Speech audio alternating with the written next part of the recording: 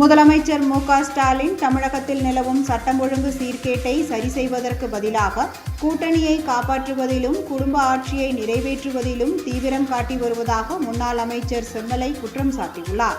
தமிழகத்தில் போதைப்பொருள் புழக்கம், பாலியல் வன்கொடுமைகள் மற்றும் சட்டம் ஒழுங்கு பிரச்சினைகள் அதிகரித்து வருவதை கண்டித்து அதிமுக தலைமையிலான தேசிய ஜனநாயக கூட்டணி சார்பில் சேலம் கோட்டை மைதானத்தில் கண்டன ஆர்ப்பாட்டம் நடைபெற்றது.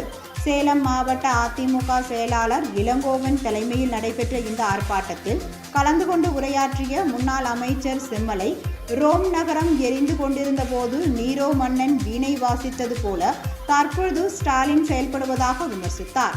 தமிழகத்தில் கூட்டணி கட்சிகளை பாதுகாப்பது, குடும்ப ஆட்சியை நிலைநிறுத்துவது, வாரிசு அரசியலை முன்னெடுப்பது போன்றவற்றில் ஸ்டாலின் கவனம் செலுத்துவதாகவும், காவல்துறையில் பணியாற்றும் பெண் அதிகாரிகளுக்கே பாதுகாப்பு இல்லாத நிலை உள்ளதாகவும் அவர் குற்றம் சாட்டினார்.